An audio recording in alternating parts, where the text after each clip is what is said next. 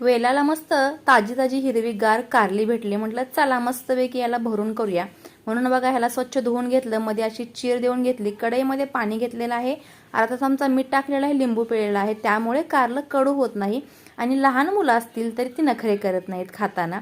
तर बघा इथे पाण्यामध्ये कारली टाकलेली आहेत. न झाकता ह्याला शिजवून घ्यायचं आहे आणि उकळी आलेली आहे. याला चाकूने या पद्धतीने हलवून घेते, चमच्याने सुद्धा हलवू शकता. 70 ते 80% आपल्याला कारली फक्त याच्यामध्ये शिजवून घ्यायच्या आहेत. आता ही कारली शिजलेली आहेत, ती पाण्यातून बाहेर काढलेली आहेत.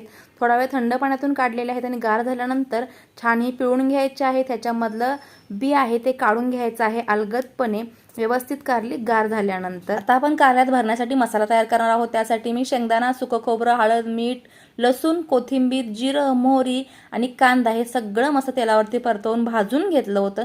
तुमच्या आवडीप्रमाणे तुम्ही याच्यामध्ये मसाले टाकू शकता. थोडासा गूळ टाकायचा आहे. कारली भरून धाग्याने बांधून बाहेर मसाला येऊ नये म्हणून फ्राय करते.